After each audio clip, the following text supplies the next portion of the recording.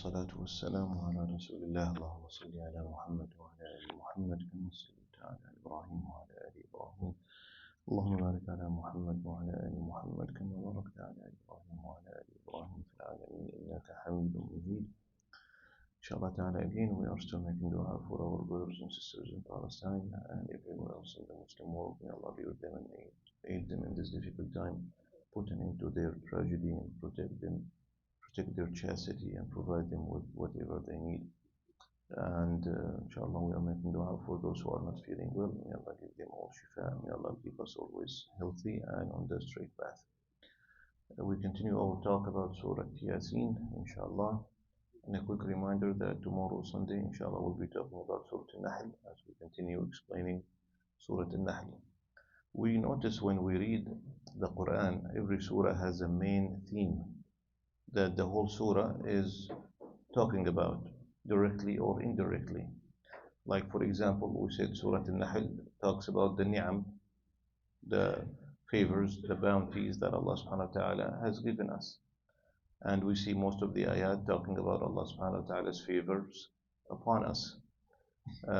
Surah Yaseen, if we want to find a theme that the surah keeps talking about, is the resurrection, that we will come back to life after death. And Allah subhanahu wa ta'ala says that in the beginning of the surah, Inna nahnu nuhyil mawta, we are the ones who give life to those who died. وَنَكْتُبُ مَا قَدَّمُوا وَآثَارَهُم. And then Allah subhanahu wa ta'ala gives us an example. وَآيَةٌ لَهُمْ الْأَرْضُ الْمَيْتَةُ أَحْيَيْنَاهَا, the earth which is dead and then it becomes alive again. He explained that. And now he's going to give us another example. وَآيَةٌ لَهُمُ اللَّيْلُ نَسْلَخُ مِنْهُ النَّهَارِ. So layl, of course, is night. Naslakh is a very interesting word. Salakha is normally used for animals when we skin them. And even we have maslakh in Arabic is the slaughterhouse.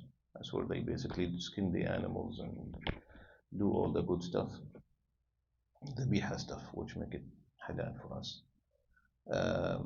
So why is Allah using that word, subhanahu wa ta'ala, when he's talking about the day and night? وَآيَةٌ لَهُمُ اللَّيْلِ, we skin the night, the day out of the night. Separate, yes, but why not? Why skin especially?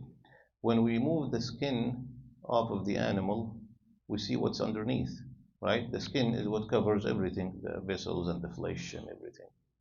So just like the night covering the day, the night is covering the day. When the night is gone, we can see. فَإِذَا هُمْ مُظْلِمُونَ, and the night comes back again. This cycle of day and night, again like skinning an animal. And this is, again, it is related to resurrection too. Allah subhanahu wa ta'ala talks about the people in hellfire, may Allah save us from that. As Allah subhanahu wa ta'ala says, إن الذين كفروا بآياتنا سوف نصليهم نارا كلما نضجت جلودهم بدلناهم جلودا غيرها ليذوقوا العذاب.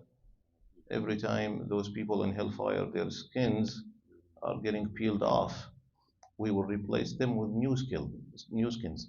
This is an example of resurrection too, refreshing the skin or giving them new skins.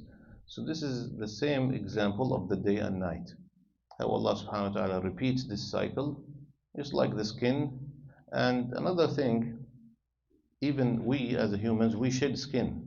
Many people do not know this, but we do shed skin.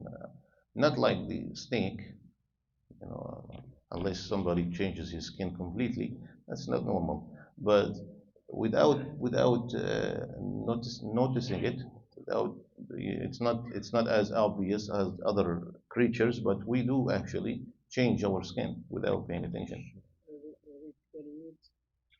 20 days, 40 days, depends on who you are. So if I'm old, what happens? If you were 40 days for old people. Oh, 28 days for young people. So I guess I'm at the 35 days now. In between. So we do change our skins slowly. That's why we don't see it. And this is again a sign of resurrection. Allah subhanahu wa ta'ala resurrects when we get a wound and a cut.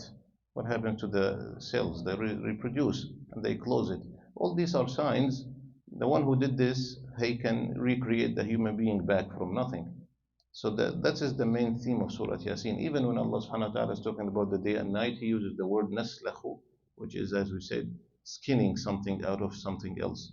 And then it comes back again. This cycle will continue. وَالشَّمْسُ تَجْرِي لِمُسْتَقَرٍ لَهَا.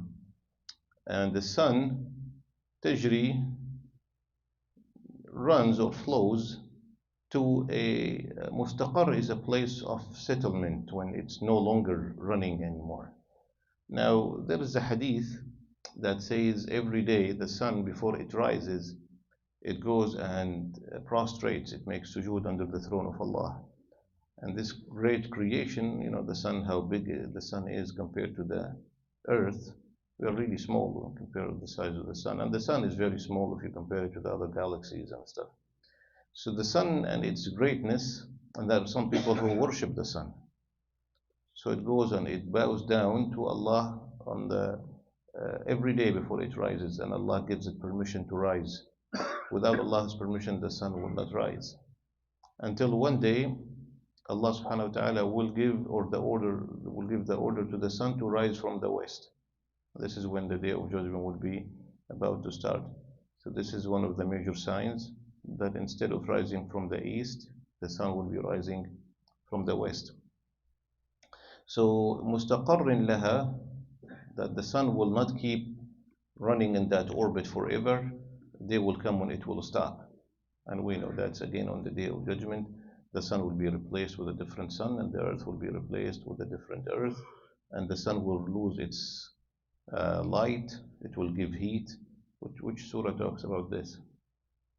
How the sun will become more spherical and it will become just above the heads, and it gives so much heat. So this is in Surah Juz Amma. That's right, very good. إِذَا الشَّمْسُ كُوِّرَتْ وَإِذَا النُّجُومُ كَدِرَتْ. That's what كُوِّرَتْ means. So this is, and even now they're studying this. If those who study the end of the universe, they say that's what's going to happen. Everything will come to a complete stop. This is when Allah subhanahu wa ta'ala will resurrect everything. And we said before, when Israfil blows in the horn, every single thing that is alive will die. And then Allah subhanahu wa ta'ala will say, لِمَنِ الْمُلْكُ الْيَوْمِ. Who is the king today? There is nobody there to answer him. After 3 times he answers himself and he says, لِلَّهِ الْوَاحِدِ الْقَهَّارِ. So we have to remember those things that people are worshipping aside from Allah, like the sun and the moon and all these things that are being worshipped. We said in Surah An-Nahl, I believe, what did the sun promise those who worship it? What is the reward for worshipping the sun? So it's not like I don't worship the sun, so the sun is not going to shine upon me. No sun for me. I'll be walking in the darkness and the person next to me is walking in the light. No. And what will happen if you don't worship the sun? What is the punishment? So the people are worshipping things that promise no reward and promise no punishment. Then what's the point of worshipping them? We talks about the cow, the same thing. What do you gain for worshipping the cow? What will the cow give you? Milk? I get milk without worshipping the cow. You know the you got milk commercial? I don't think those people worship the cow. They still got milk. And what punishment will happen if I don't worship the cow? No milk. Only fat-free. You got goat milk. Yeah, no milk from the cow, no problem. We'll get goat milk. We have a solution. So those things that are being worshipped other than Allah promise no reward for worshipping them and promise no punishment for not worshipping them. But Allah subhanahu wa ta'ala promised reward to those who worship Him and punishment to those who do not.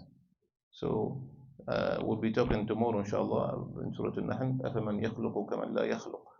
How can you make he who creates equal to he who does not create? So inshallah we'll be talking about that tomorrow if Allah wills. May Allah accept from all of us. Subhanakallah.